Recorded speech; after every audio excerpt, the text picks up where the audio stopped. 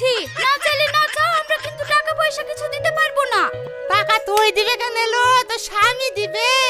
স্বামী কি করে টাকা দিবে? 3 দিন ধরে ছেলে দুধ পর্যন্ত কিনতে পারেনি। দুধ কিনবি কেন এলো? নিজের দুধ খাওয়াবি। নিজে দুধ খাওয়াবে কেন? নিজে দুধ খাওয়ালে ফিগার নষ্ট হয়ে যাবে যে। শুনেন, ওসব কিছু না, আপনারা ভুল বুঝছেন। আমার স্বামীর একটু শীতটান রোগ আছে, কাজ কাম কিছু করতে পারে না। আমাদের খুব অভাব, আজ 21 দিন ধরে না খেয়ে আছি।